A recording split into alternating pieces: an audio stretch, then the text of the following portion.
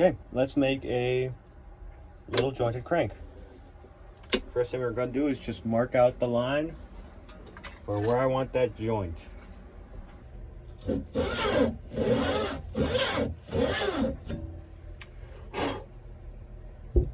there we go. Don't want to go in too deep because we're not going to do a normal V joint. We're going to do a pin. But I'll show you how we do that. Yeah, pin joint. I don't know the exact name. A knuckle joint, I think is the name. But that's the joint we're going to use. Alright, got it all marked out. Anything else I needed before carving it? Nope. Alright, go ahead and start carving.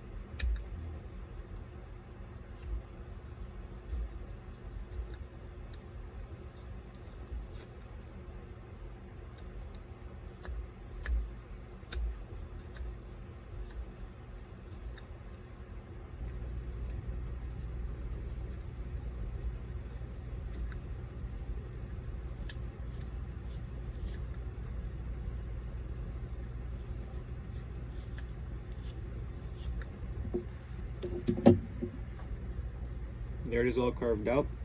I'll sand it out. You won't need to see that part at all. I'll sand it out. We'll put the eye sockets on it. I think the next thing I want to do is, well, I'm gonna carve gills into this, so I'll do that too after I sand it, and then we'll put a lip in it. Got it all sanded down. Looks pretty smooth, pretty nice. Let's put some eye holes in it.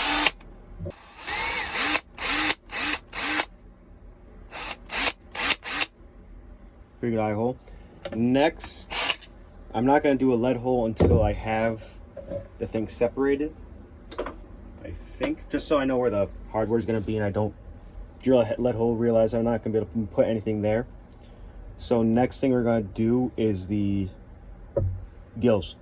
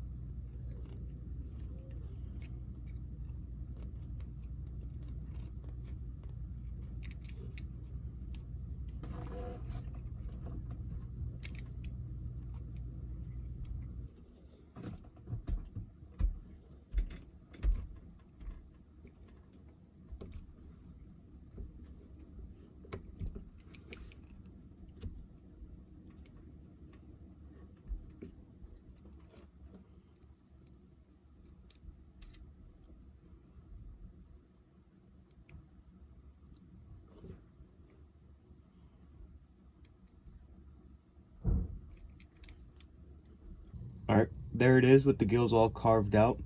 Looks really good. Next thing I'm gonna do, I'm gonna just finish splitting it, and then we're gonna start the joint, and just do the joint next.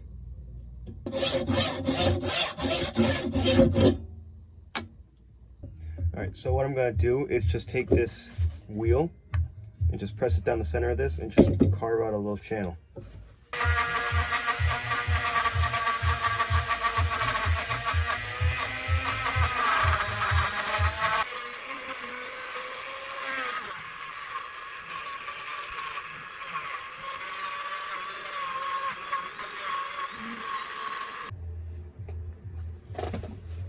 Just like that. And that is perfect. I'm just gonna clean everything up and then I'll make the twist wires. Oh, there's so much dust everywhere. Alright. Made the 2 twist wires, put them in the bait. Sorry if I'm not showing you. got a piece of brass tubing. And pretty much this tube is gonna go in the other bait.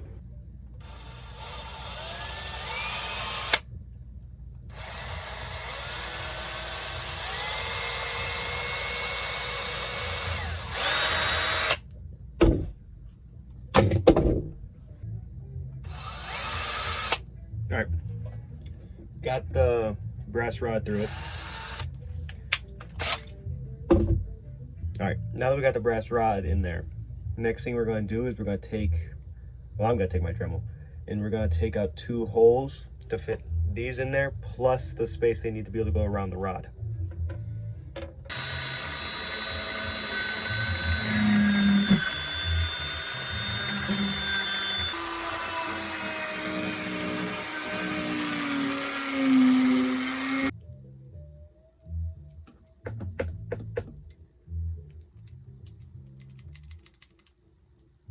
There it is, jointed.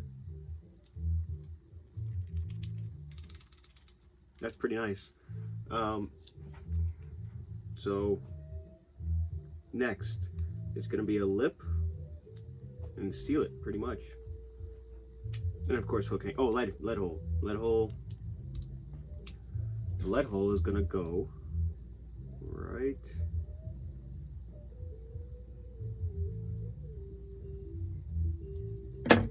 there. All right,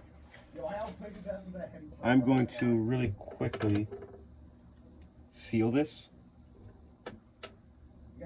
because I don't have the same time I do to spend like I usually do on other baits. So I want to get this thing sealed.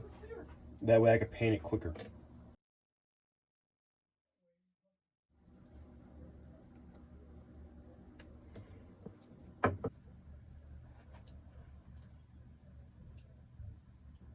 Okay, the bait is all sealed. All I'm gonna do now is put a lead hole in it, and then the lip slot. We're gonna put a lip in. I already have the lip cut out. I don't think I showed you guys it yet, but that one, fairly decently sized lip. Hopefully get this thing down in the water.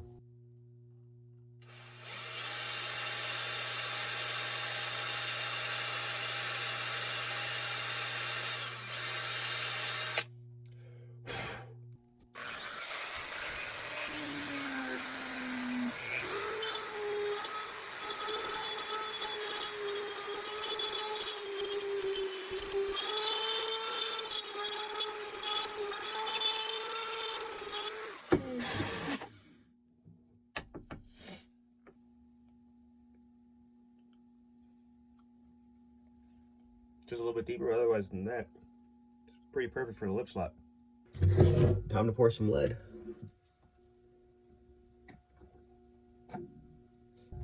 Okay, let's go ahead and pour that again, but this time I have a screw eye in there. I realized after pouring lead that I needed the screw eye to be there for the hooks. So let's try that again.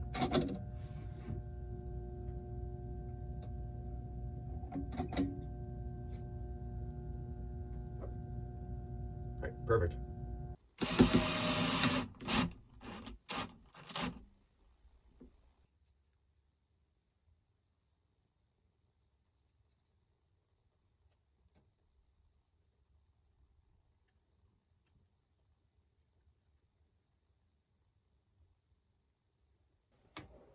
All right, let's see if it sinks or floats.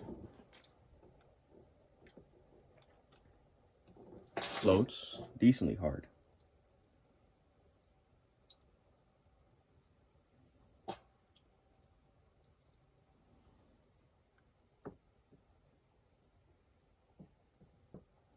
All right, I'm gonna take the smallest bit of lead out of the front part.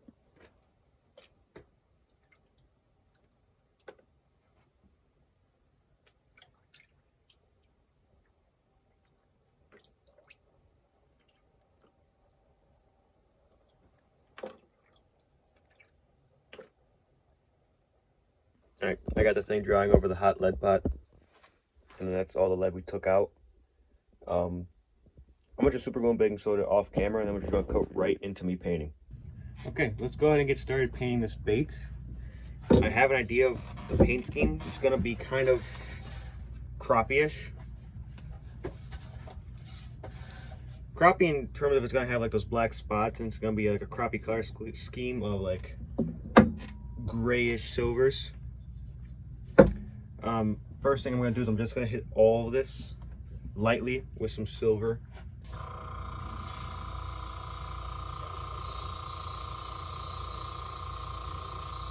Next is I got a darkish purplish blue color I mixed up. I'm just gonna put a little bit of like a lateral line, not on the top, but over the top.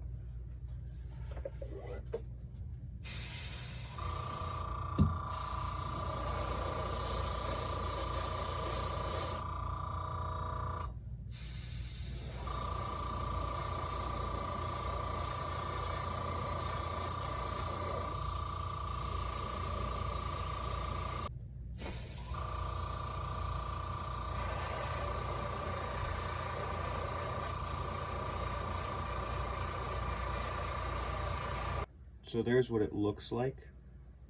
Just that blue over the top. Next is I got this bone color whipped up, which is just some browns and some whites. And a little bit of gray. And we're gonna draw that over the bottom of the bait.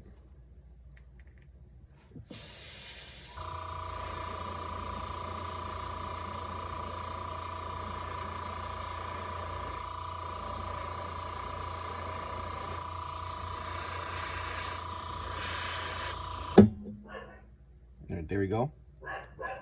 Next thing I'm gonna go with, I'm just gonna do black over the top of this and get over that over the eye and just give it a little bit of shading, some shadows.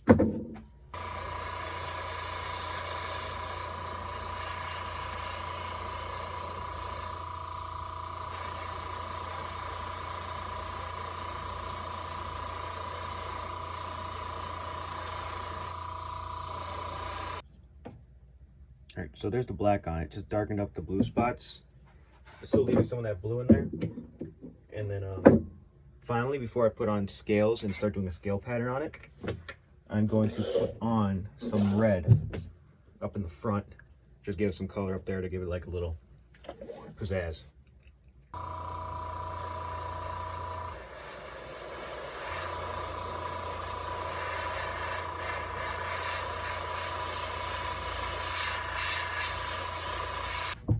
There's the red. So that's all fine. I'm gonna give that a good couple minutes to dry, and then I'm gonna wrap it in scales, and we'll do the scales on it, which is gonna be, you know, silver. I got some silver, bronze, and gold I'm gonna put on it, and also some detail I'm gonna put in with some black paint. Time for the scales.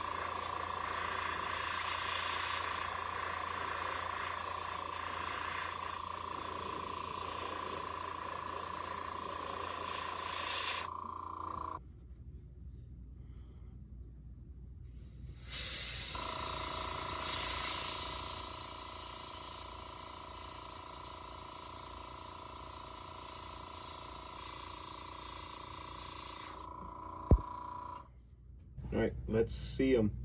See whether or not we did a good job. Yeah, we did.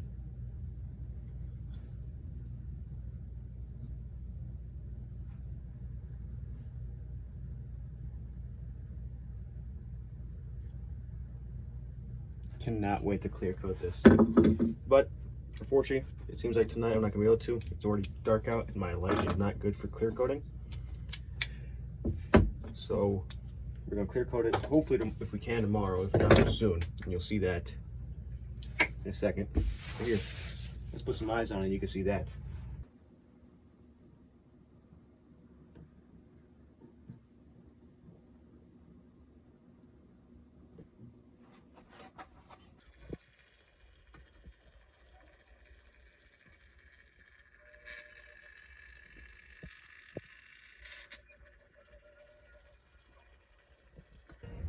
clear coated pretty nicely. It looks amazing.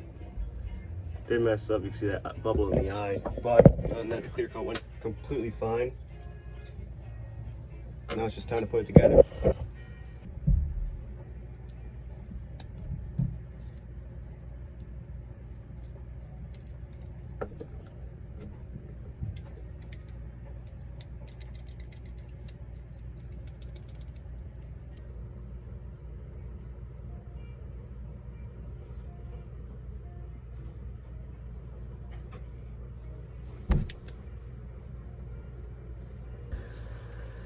There it is.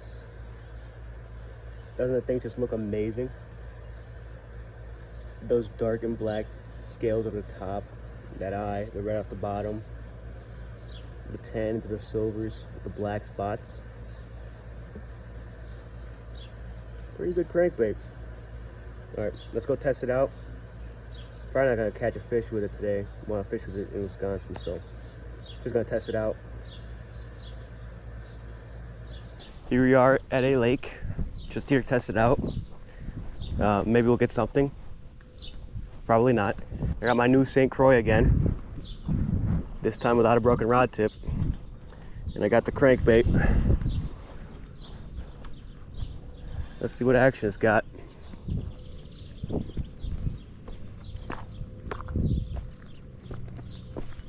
Float. It's a slow sinker. An awesome wobble.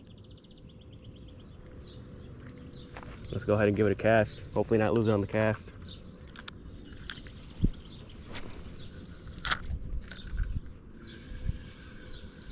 It thumps the rod hard. I don't know if you guys can see that. Oh, it hit the bottom.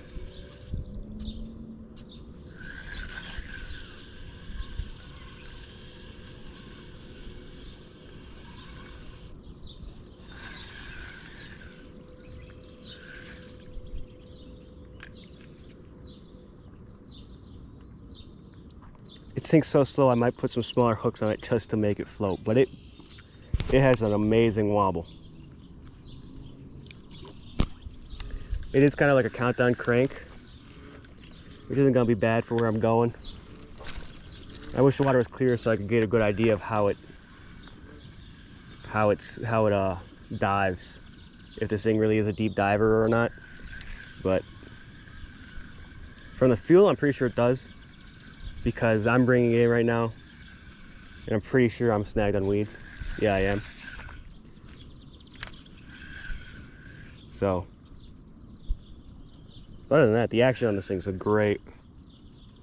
It does dive. It does definitely dive. This is one of my nicest crankbaits I think I've ever made. I doubt I'm gonna catch anything here other than maybe a monster gill if there is one. Let's head back to the workshop. I'm not gonna catch anything with this right now.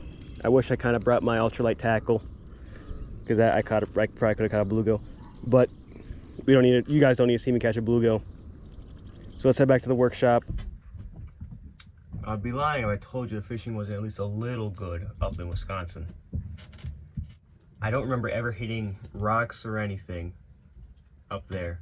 Only really getting bites, never really got snagged on anything. And this thing performed pretty well. I caught most of my fish up there with this thing. A couple on just some Rapalas, but unfortunately this video and pretty much the whole week leading up to the trip was a little rushed. I plan on making this a little after action, after the trip talk on a video I made on a bait I would make after the trip. Unfortunately, it just didn't seem like that's going to happen. So instead we get to talk about the bait in its video, which is nice. But all I really gotta say is that this thing worked crazy well up there. And that's mainly because when I went up there, the fish were just down. Most of them were caught at least 6 feet down, if not deeper. And this thing easily went down 6 feet. It was pretty much, I bought some nice smaller hooks and some smaller split rings, and the thing was just a perfect suspender. The thing just sat right there.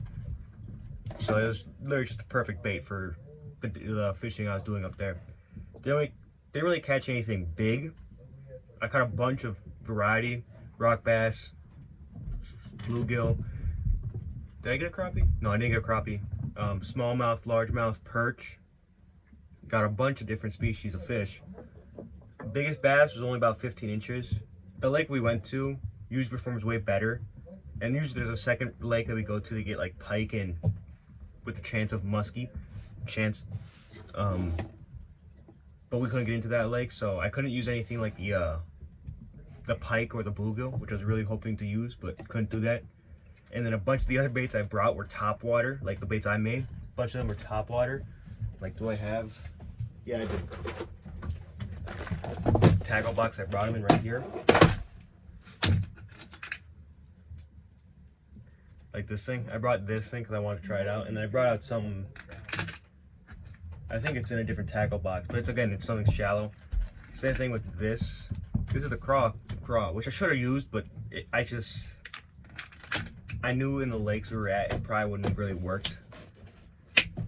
Plus, it kind of has sentimental value. I don't really want to risk losing it. But this one I had no problem losing. It's got some gnarly just chips in the epoxy. Focus on it. Don't focus on my beautiful body. Focus on the bait. Come on, focus on it. Focusing on everything but the bait. Come on. Alright, well, doesn't matter, it won't focus, but you can tell there's a bunch of just scratches and paint stuff. In terms of the other baits I've made, like this one had a fish on that I brought all the way to my kayak. Unfortunately, it came off right then and there and had a couple more bites. It worked just fine. I think I said it in the video where I made this one, the underspin like crank. I want to remake this, but with like better dimensions. And easily if I remake this, I can catch fish on a bait just like that. And then this is the jerk bait I made.